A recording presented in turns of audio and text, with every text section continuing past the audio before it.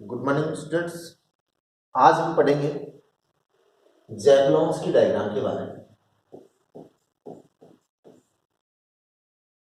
तो ज़ेबुलोन्स की डायग्राम क्या है, किसके बारे में पढ़ते हैं अपन? तो ज़ेबुलोन्स की डायग्राम में हम किसी स्पीशीज की विभिन्न जो एक्साइटेड स्टेट्स हैं उनमें एनर्जी का क्या कोरिलेशन है, उनमें मल्टीप्लिसिटी में किस प्रकार से चेंजेज आते हैं, उसके बारे में स्टडी करेंगे। तो मान लीजिए अपने पास कोई कंपाउंड है और उस कंपाउंड की यहां पर ये ग्राउंड सिंगलेट स्टेट है। ये जो स्टेट है उसकी ग्राउंड सिंगलेट स्टेट है। ग्राउंड सिंगलेट स्टेट का मतलब मॉलिक्यूल अपनी मॉस स्टेबल स्टेट में है और उसके इलेक्ट्रॉन्स जो हैं वो पेयर्ड स्थिति में है। यहां चाहिए अपने पास मान लीजिए कार्बोनिल कंपाउंड है, कोई भी क्या मान लें, कार्बोनिल कंपाउंड है और इस कार्बोनिल कंपाउंड के ऊपर हम रेडिएशंस डाल रहे हैं। तो जब यूवी विजिबल रीजन की रेडिएशंस डालते हैं तो ये जो एस नोट स्टेट है जिसे हम ग्राउंड सिंगलेट स्टेट कह रहे हैं, यहां से इलेक्ट्रॉन्स एक्साइटेड स्टेट्स में जाते हैं और मान लीजिए यहां पर ये इस एक्साइटेड स्टेट में आ गए। ये एक्साइटेड सिंगलेट स्टेट्स हैं S2 S1। हमने इमेजिन किया है कि वो कहां पहुंच गया, मॉलिक्यूल S1 स्टेट में। क्या करने के पश्चात? वो एनर्जी को एब्जॉर्ब करने के पश्चात। जब एक्साइटेड सिंगलेट स्टेट में है, S2 स्टेट में है, तो वो एनर्जी का एमिशन करता हुआ वाइब्रेशनल फॉर्म में कहां आ गया? एक्साइटेड सिंगलेट स्टेट S1 में।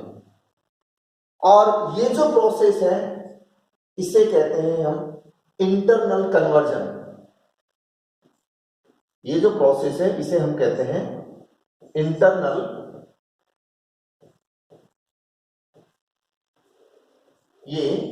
कन्वर्जन।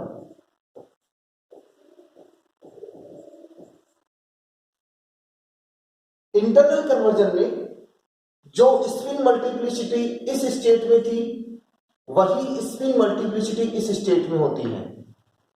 इसका मतलब ये स्पिन अलाउड ट्रांजिशन है। तो इस स्पिन अलाउड ट्रांजिशन के पश्चात जो हमारे पास मॉलिक्यूल था वो कहां आ चुका है? इस एक्साइटेड सिंगलेट स्टेट में, S1 स्टेट में। जब हमारे पास कोई मॉलिक्यूल S1 स्टेट में होता है तो उसके पास चार रास्ते होते हैं। चार रास्ते कैसे? कि वो जिस प्रकार से फोटोन का एब्जॉर्प्शन करके S0 स्टेट से S2 स्टेट में गया था, वो वैसे ही फोटोन का एमिशन करके S1 स्टेट से S0 स्टेट में आ जाए। अर्थात वो ग्राउंड स्टेट में तो आ रहा है लेकिन क्या करके आ रहा है? फोटोन का एमिशन, लाइट का एमिशन कर रहा है। और ये जो लाइट का एमिशन का प्रोसेस है, इस प्रोसेस को हम कहते हैं फ्लोरेसेंस। क्या कहते हैं? फ्लोरेसेंस। ध्यान रहे जो फ्लोरेसेंस प्रोसेस है उसमें जो एनर्जी रिलीज हुई है वो किस फॉर्म में हुई है? प्रकाश के रूप में हुई है। ये भी अपने आप में स्पिन अलाउड ट्रांजिशन है। कैसा? Spin allowed. तो एक रास्ता तो ये हो गया अपने पास। दूसरा रास्ता ये नॉन रेडिएटिव ट्रांजिशन भी हो सकता है।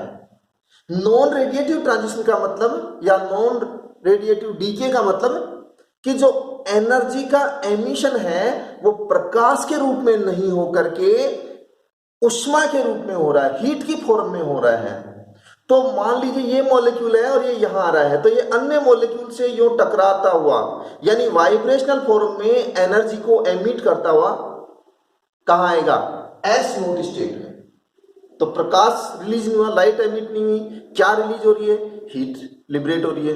इस कारण से यानी इस नॉन रेडिएटिव डीके के द्वारा क्या होगा, जो सॉल्यूशन है हमारे पास उसके तापमान में, टेम्परेचर में थोड़ी सी वृद्धि हो जाती है, थोड़ा सा इंक्रीज हो जाएगा। तो यह दूसरा प्रोसेस हो गया किसका? S1 स्टेट का।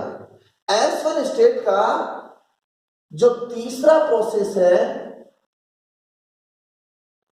वो क्या हो सकता है कि वो एक्साइटेड सिंगलेट स्टेट से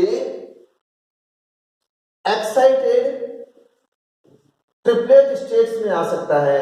वो चाहे T2 स्टेट हो, चाहे T1 स्टेट हो, या अन्य कोई T3 स्टेट हो। इस प्रोसेस को बोलते हैं हम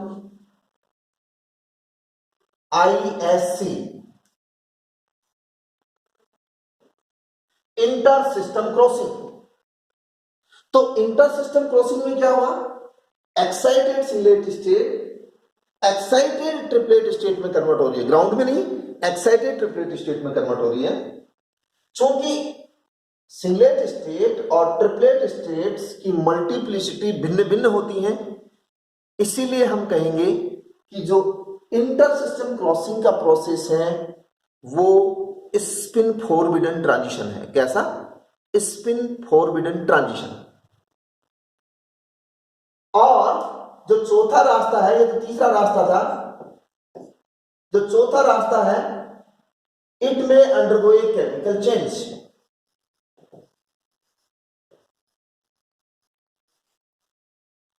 यानी वो यूवी रीजन की लाइट डालने के पश्चात जो एक्साइटेड स्टेट में मॉलिक्यूल आया है वो ग्राउंड स्टेट में नहीं जाकर के किसी प्रोडक्ट में कन्वर्ट हो जाए, यानी कोई ना कोई बॉन्ड उसमें टूट जाए और नई केमिकल रिएक्शन शुरू हो जाए। तो ये भी हो सकता है। तो जो हमारे पास S1 स्टेट है उसके पास चार रास्ते हैं। पहला फ्लोरेसेंस, दूसरा नॉन रेडिएटिव डीके, तीसरा इंटरसिस्टम क्रॉसिंग, चौथा इट में अंडरगो ए केमिकल चेंज। इन चार रास्तों में कोई सा एक रास्ता प्रत्येक मॉलिक्यूल अख्तियार करता है, यानी किसी चार रास्तों में से एक रास्ते पे ये जाएगा। कौन सा? S1 स्टेट वाला मॉलिक्यूल। अब इस इंटरसिस्टम क्रॉसिंग जो कि स्पिन फॉरबिडन ट्रांजिशन है उसमें भी कई क्या होती हैं हमारे पास? ट्रिपलेट स्टेट्स होती हैं। जैसे यहां पर मैंने दो ही ट्रिपलेट स्टेट शो कर रखी हैं, T1 और T2। जब एक्साइटेड ट्रिपलेट स्टेट से lower excited triplet state create हो जाती है तो इसका नाम भी वही है जो S2 से S1 में हुआ था, अर्थात इंटरनल कन्वर्जन। ये भी स्पिन अलाउड ट्रांजिशन है। तो यहां बहुत सारे ये वाइब्रेशनल एनर्जी लेवल्स होते हैं, T1, T2, T3, T4। तो ये वाइब्रेशनल फॉर्म में एनर्जी का एमिशन करते हुए हमारे पास कौन सी स्टेट में आ गया? T1 स्टेट में, by the process of internal conversion.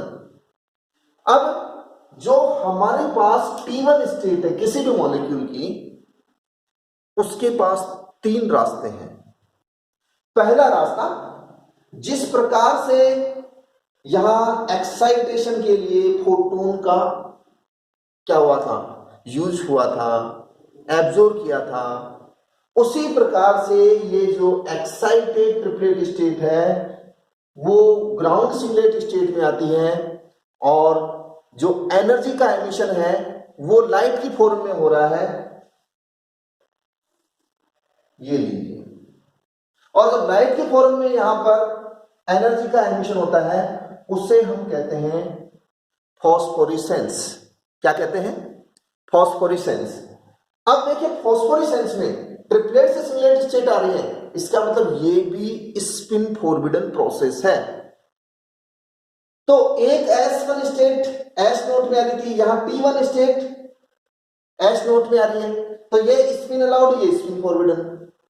लेकिन यदि हम टाइम ड्यूरेशन देखें कि फ्लोरेसेंस का जो टाइम पीरियड है वो कम होता है, फॉस्फोरेसेंस का टाइम पीरियड क्या होता है? ज्यादा होता है। ज्यादा क्यों होगा? कि देखो जो फ्लोरेसेंस है उसमें एक इलेक्ट्रॉन का स्पिन मान लीजिए क्लॉकवाइज है, दूसरे का क्या होगा, एंटी क्लॉकवाइज होगा, क्योंकि दोनों सिंगलेट स्टेट में है, तो दोनों के स्पिन क्या होंगे, अपोजिट। तो ये सीधा इलेक्ट्रॉन आकर के इसी ऑर्बिटल में गिरेगा। लेकिन जब फास्फोरेसेंस का प्रोसेस होगा तो ये मान लीजिए दोनों इलेक्ट्रॉन इस प्रकार से हैं, तो ये इलेक्ट्रॉन जब यहां आएगा तो इस इलेक्ट्रॉन को अपने स्पिन के इन्वर्जन में भी कुछ समय लगाना पड़ेगा, यानी इलेक्ट्रॉन के स्पिन इन्वर्जन में कुछ समय लगता है, और जितना समय लगता है उतनी देर तक वो प्रकाश देता है, यानी लाइट की फॉर्म में एनर्जी एमिट करता है। इसका मतलब ये हुआ कि फास्फोरेसेंस ज्यादा समय के लिए परिलक्षित होगा अपने पास, अर्थात ज्यादा समय तक ये प्रोसेस अपने को देखने को मिलेगा। तो एक रास्ता तो ट्रिपलेट स्टेट के पास कौन सा हो गया, ये फास्फोरेसेंस वाला। जो दूसरा रास्ता है वो है नॉन रेडिएटिव डीके। तो नॉन रेडिएटिव डीके में क्या होगा, नॉन रेडिएटिव डीके में जो एनर्जी का एमिशन है वो वाइब्रेशनल फॉर्म में होगा, अर्थात ये ट्रिपलेट स्टेट से सिंगलेट स्टेट मॉलिक्यूल आ रहा है लेकिन वाइब्रेशनल फॉर्म में एनर्जी को एमिट करते हुए आ रहा है। इस कारण से सॉल्यूशन का टेम्परेचर क्या हो जाएगा, बढ़ जाएगा। तो दूसरा रास्ता ये हो गया। तो नॉन रेडिएटिव डीके इसमें भी था और इसमें भी था, इसमें थोड़ा सा टाइम ज्यादा लगेगा, इसमें थोड़ा कम लगता था। तीसरा ये हो सकता है कि ये जो ट्रिपलेट स्टेट है इसमें भी क्या हो सकता है, कोई केमिकल चेंज हो सकता है, अर्थात कोई प्रोडक्ट बन सकता है। तो कोई केमिकल रिएक्शन हो सकती है, फास्फोरेसेंस हो सकती है और नॉन रेडिएटिव डीके। लेकिन ध्यान रहे ये जो प्रोसेस है अपने पास इंटर सिस्टम क्रॉसिंग वाला, ये इंटर सिस्टम क्रॉसिंग का जो प्रोसेस है वो तब ही संभव होता है जब इस S1 स्टेट और यहां पर जो भी अपने पास ट्रिपलेट स्टेट है ऊपर ऊपर वाली, उन दोनों के बीच का एनर्जी गैप लगभग 5 to 10 किलो कैलोरी पर मोल। अगर इससे ज्यादा एनर्जी गैप है तो ISC प्रोसेस देखने को नहीं मिलेगा। जैसे अधिकांश कीटोन्स में इंटर सिस्टम क्रॉसिंग प्रोसेस देखने को मिलता है, अधिकांश कीटोन्स में। क्यों कि उनमें यह जो एनर्जी गैप है वो लगभग 5 से 10 किलो कैलोरी का होता है। चाहे आप बेंजोफिनोन को देख लीजिए, तो बेंजोफिनोन में आसानी से क्या मिल जाती है, अपने को ट्रिपलेट स्टेट मिल जाती है। लेकिन यदि अपने पास कोई एल्कीन है तो एल्कीन्स में ये जो एनर्जी गैप है एक्साइटेड सिंगलेट स्टेट और एक्साइटेड ट्रिपलेट स्टेट का, वो 10 किलो कैलोरी से ज्यादा, लगभग 50 किलो कैलोरी के आसपास होता है। इस कारण से हम एल्कीन्स की एक्साइटेड ट्रिपलेट स्टेट प्राप्त नहीं कर सकते हैं सिंगलेट स्टेट से। तो फिर ऐसी स्थिति में क्या करें कि हमारे पास कोई एल्कीन है और उसकी ट्रिपलेट स्टेट बनानी है। क्यों कि ये रास्ता तो आपने बंद कर दिया, यहां पे एनर्जी गैप क्या कर दिया, ज्यादा कर दिया एल्कीन्स में। तो उसके लिए फिर हमारे को क्या, कोई फोटो सेंसिटाइजर काम में लेना होता है।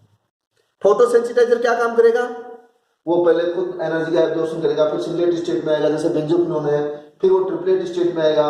फिर जो ट्रिपलेट स्टेट बनती है वो ट्रिपलेट स्टेट डायरेक्ट उस एल्कीन की या जिसकी भी अपने को एक्साइटेड ट्रिपलेट स्टेट बनानी है उसकी ट्रिपलेट स्टेट क्रिएट कर देगा। जैसे मान लो कोई एल्कीन अपने पास है, ये किसी एल्कीन की क्या है अपने पास, यहां पर S1 स्टेट है और यहां पर अपने पास एल्कीन की ट्रिपलेट स्टेट है। तो अब आप चाहो कि ये प्रोसेस हो जाए, ये संभव नहीं है।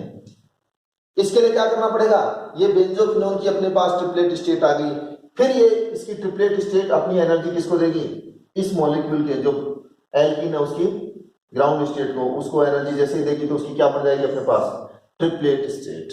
तो ये प्रोसेस कहलाता है एनर्जी ट्रांसफर। तो एनर्जी ट्रांसफर के द्वारा ही हम एल्कीन्स की ट्रिपलेट स्टेट्स क्रिएट कर सकते हैं, डायरेक्ट अपन ट्रिपलेट स्टेट्स क्रिएट नहीं कर सकते हैं। जो सिंगलेट स्टेट्स हैं वो ट्रिपलेट स्टेट्स की बजाय कम स्थायी होती हैं एक्साइटेड वाली अपने पास। क्यों? इनमें इलेक्ट्रॉन एक ही ऑर्बिटल में होंगे अपने पास एक तरह से, तो यहां पर इंटर इलेक्ट्रॉन रिपल्सन क्या होता है, थोड़ा सा ज्यादा होता है। इनमें अलग अलग ऑर्बिटल्स में इलेक्ट्रॉन चले जाते हैं तो यहाँ पर इंटर इलेक्ट्रॉन रिपल्सन थोड़ा सा कम होता है। तो ये थोड़ी ट्रिपलेट स्टेट्स ज्यादा स्थायी होती है बजाय सिंगलेट स्टेट्स। तो ये जानकारी थी ज़ेबलॉन्स की डायग्राम के बारे में। आज के वीडियो में इतना ही। धन्यवाद।